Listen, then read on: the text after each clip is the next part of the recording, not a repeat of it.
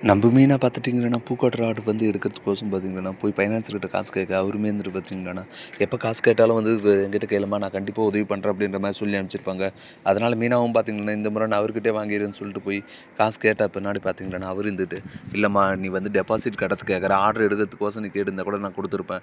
Deposit கட்டுறதுல எதனா பிரச்சனை ஆச்சுன்னா, அப்புறம் அந்த கட்டின பணத்த கூட குடுக்க மாட்டாங்க. அதனால அப்புறம் நீ தான் கஷ்டப்படுவ அப்படின்ற மாரி சொல்லி என்னால தர முடியாதுன்னு சொல்லி அனுப்பிச்சிடுறாங்க. இதனால மீனா பார்த்துட்டீங்கன்னா, என்ன பண்ணுறதுன்னு தெரியாம பயந்து பயந்து முழிச்சுக்கிட்டு வெளியே வந்து அமைதியா சோகத்துல உட்காந்துட்டு இருக்கும். அவருமே வந்து பார்த்தீங்கன்னா, அவ போட்டி போடுறது சிந்தாமணி கூட. அதனால வந்துட்டு அவ எப்படியானா இந்த ஆர்டர பறிக்க தான் பார்ப்பா. அதனால வந்துட்டு இந்த முறை காசு குடுத்தோம்னா நாமளும் ஏமாந்து தான் போணும். அதுவும் இல்லாத அந்த பொண்ணு கஷ்டப்படுறத என்னால பார்க்க முடியாது. அதனால தான் வந்து வேணாம் நான் குடுக்க முடியாதுன்னு சொல்லிட்டேன்பா அப்படின்ற மாரி அவங்க ஆளுகிட்ட சொல்ல, இதெல்லாம் தெரியாது. மீனா பார்த்தீங்கன்னா, வெளிய உட்காந்துட்டு சோகமா உட்காந்துட்டுருக்காங்க.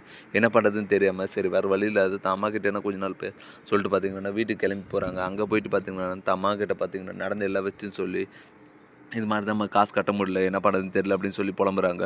உடனே அவங்க அம்மாவுமே வந்துட்டு பார்த்தீங்கன்னா, கையில இருக்கிற நகையெல்லாம் வச்சு, "அம்மா நான் காசு அரேஞ்ச் பண்ணி தரேன். நீ தைரியமா பண்ணு. உனக்காக நான் இருக்கேன்." அப்படின்ற மாரி சொல்ல, "அம்மா இது தம்பியோட படிப்புக்காக வச்சிருந்தது. அவன் என்கிட்ட எல்லா காசையும் குடுத்துட்டான். அவனோட எதிர்காலம் என்ன ஆகுறது?" அப்படின்னு சொல்ல, "நான் ஒண்ணும் இது சும்மா குடுக்கலடி. நீ இப்ப எப்படியும் வந்து இந்த ஆர்டர் எடுத்து பெருசா நல்லபடியா செய்ய தான் போற. அப்போ வர லாபத்தில எனக்கு குடு. அது போதும். நீ என்னாத்துக்கு இதெல்லாம் நினைச்சு கவலைப்படுற? நீ உன் ஆர்டர வந்து நல்லபடியா செஞ்சு முடி. எனக்கு அந்த நம்பிக்கை இருக்கு." அப்படின்ற மாரி சொல்லி என்கரேஜ் பண்ணி பார்த்தீங்கன்னா அவங்க அம்மா காசு குடுக்குறாங்க. சீதாவுமே வந்து பார்த்தீங்கன்னா, தான் பங்குக்கு நான் சேர்த்து வச்சிருந்த காசையும் குடுக்குறாங்க. இத நினைச்சு மீனா பார்த்தீங்கன்னா, ரொம்ப சந்தோஷப்படுறாங்க. ரொம்ப தேங்க்ஸ் அப்படின்ற மாரிலாம் தான் அம்மாகிட்ட சொல்ல, அவங்க அம்மாவுமே வந்துட்டு, "இதுக்கெல்லாம் எதுக்குடி தேங்க்ஸ்? உனக்கு எது எப்ப எந்த ஹெல்ப் வேணாலும் நான் பண்றேன்டி.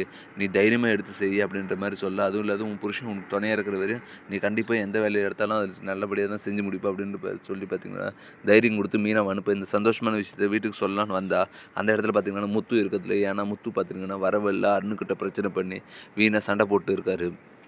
இப்படி தான் வரப்போற எபிசோட் வந்து போப்போது. அடுத்து என்னலாம் இன்ட்ரெஸ்டிங் நடக்க போகுதுன்றத நம்ம பொறுத்து தான் பார்க்கணும். மேலும் இது போன்ற அப்டேட்ஸ் தெரிந்து கொள்ள மறக்காம நம்ம சேனல சப்ஸ்கிரைப் பண்ணிருங்க. கூட பெல் பட்டனையும் அழுத்துங்க. அப்ப தான் நான் போடுற ஒவ்வொரு வீடியோ உங்களுக்கு நோட்டிஃபிகேஷன் வரும். Thank you.